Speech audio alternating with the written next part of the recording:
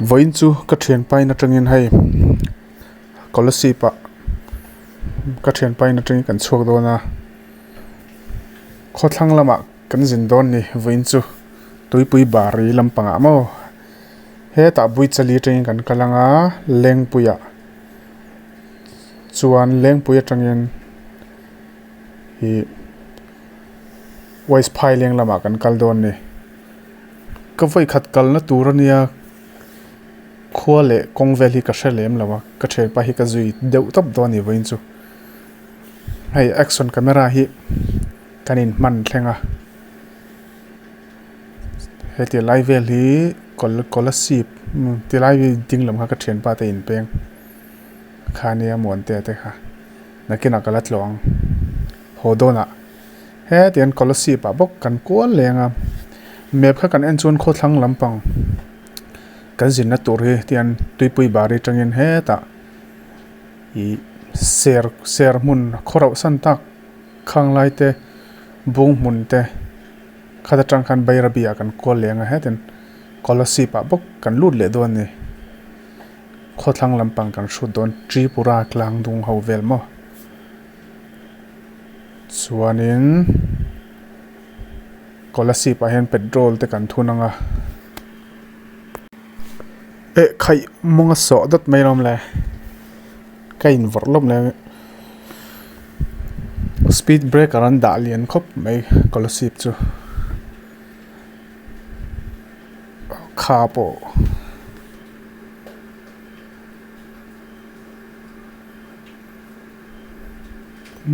ko camera hi 360 ma ka ti le thina ti hen kalau hoi le full zel helmet a hin ka kam ti hi ka hrelawa kalau kun le ma thin box e ni zana ka thian pa hianin min mi khol chung hianin bong sa min nei pui tluk mai he bong sajali kan tereng mai ka bike hi kan review ve lok nge ta hinding lokang hey ESD scrambler ania atira han company ho ina ron claim dang han petrol hi 26 km/l ania ma se voina chingchi batangin nemina khanin chingchi to Kolasib ka kilometer za som level bor ni ka she khat ka kala petrol hi engzar nge ka man te ren kan testing ka te I ka in chut dan chunin 32 km/l ka mangka tlan dan hi ni na zirwa nge po ka chi lawa petrol hi ka he la tuklo ka lir thai khal rim hianin ke chu ka tlan chak vu lawa chuanin thil pakhat ka soile du chu hei ESD scrambler tuna mi kan bike ang te hi am looks chu moi ka tia ma se a sound hi ari hi reflect enge mo deuh hi tapet riang deuh hi a thina hi ari ti moi vak lawa hi hianin a sound hi chun tuna ron chok thar ho hi C2 ESD scrambler hi C2 compressor ron mang to em le chu ka hrelo ma se adventure kha chuanin C2 compressor ron mang to ari po kha moi viau in ka ria mania showroom a hang ka venchin kha chuanin tuna mi kan bike ang thei chu a looks chunal viau ma se ari hi moi la tuk lawa hi ka du thu sam lo na pakhat chunia baka RPM hi du sanga traffic jam le aizol traffic jam ang vela chunin a ha thlak deuh khal hi ala thai hin lo ka thian pa ne camera ken kol thleng ka ti to kha ti hian ka in lan chok deuh sek mai do ni tun chu ka camera a kol miau sia tiam tuna kan nom mek na hi Kawnpui khua ania Kawnpui khua te chu kan thian lar to angin an soi shan ve fo thin adai zo kan yang chu an soi shan ve fo thin khania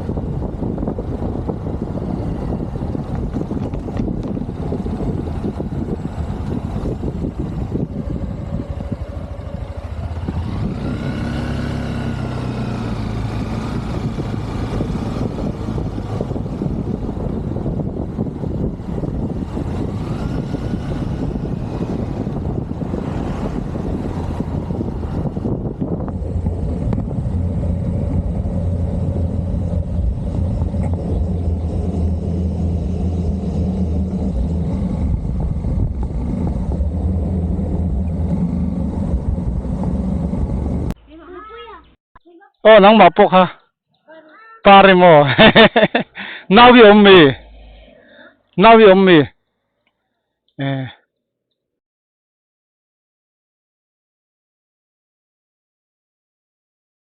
ตรงไอ้มิงให้ตัดตรงเห็นเสือหรอแล้วบ่ยาไม่กล้าจวนบ่อยปุยาฮันนอรีมีปลาเลี้ยงอะไรนี่ปูน้ำสักมินนี่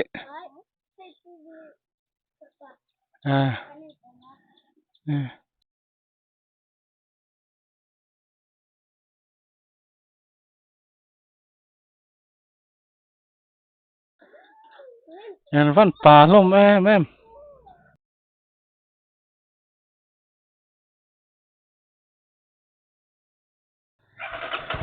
บายบายวัวกับคัลดอนกินอะไรอยู่ที่ไปเลยตอนนี้อ่ะอยู่ที่ป่าบายบาย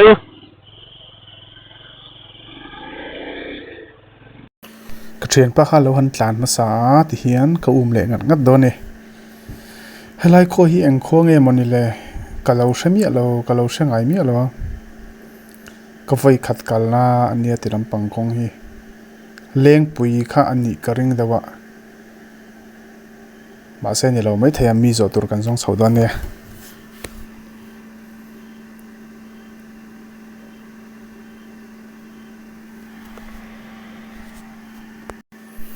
กองว่าคำดูแว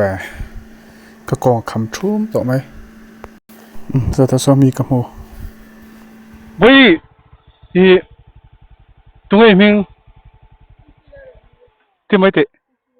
พีซีมั้งพีซีลัลเรมโมยให้ยังคงเลี้ยงปุ๋ยมั้ง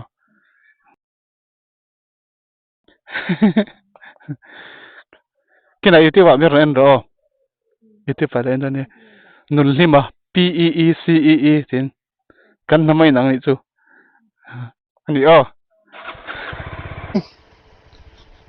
ค่อยขั้วพอหิลุมรักไหมเนี่ย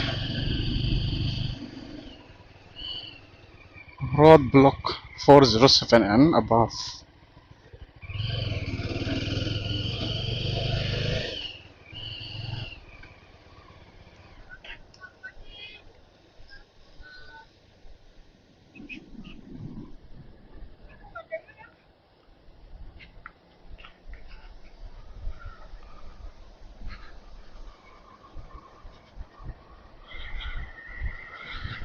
ดูโต๊ะเรียง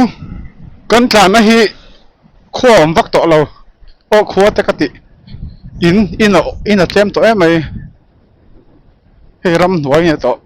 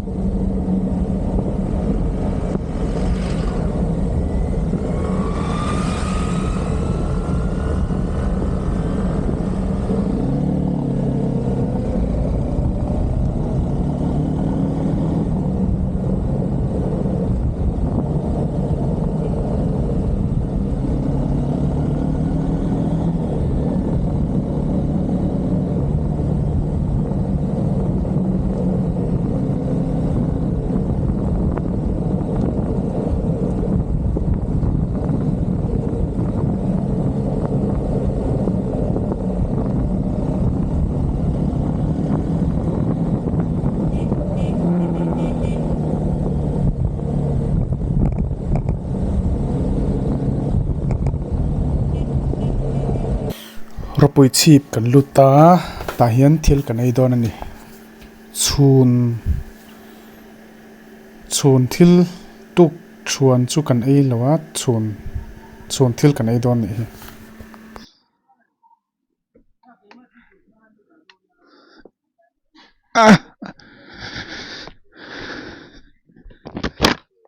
hay anh khong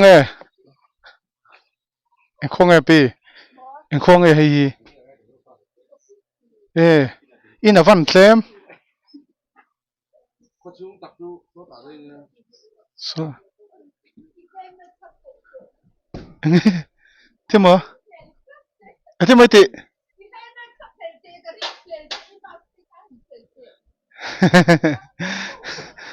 mình ring lên lên còn phải khát tiền mua na niang thiếu cái này don long cái phèn don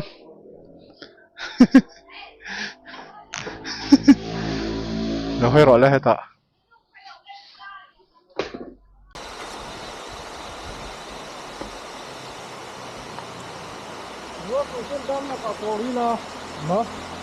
Hãy subscribe cho kênh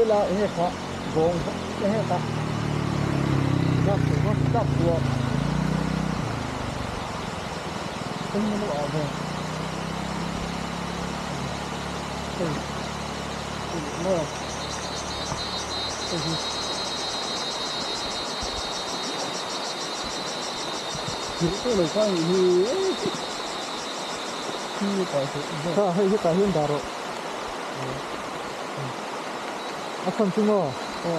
để không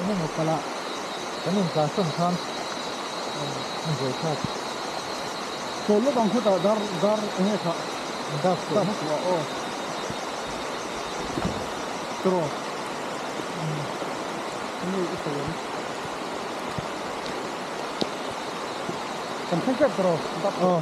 lỡ những video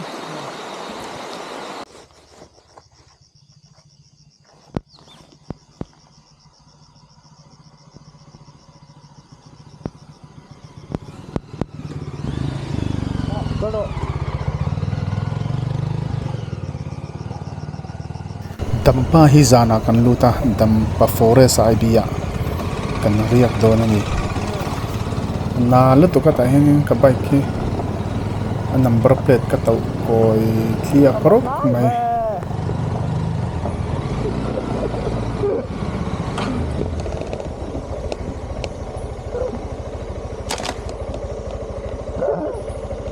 Loco, na lúc tụi phát sầu lâu bây giờ.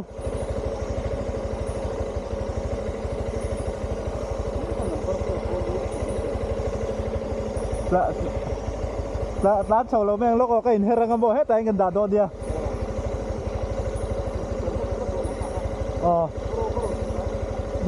Rồi ai mi lúc quỳ đồ số. Anh na lúc tụi chỉ hai nó đang ngâm mồ, nắng tu khi ta mới lâu chậu sân thế mới rồi.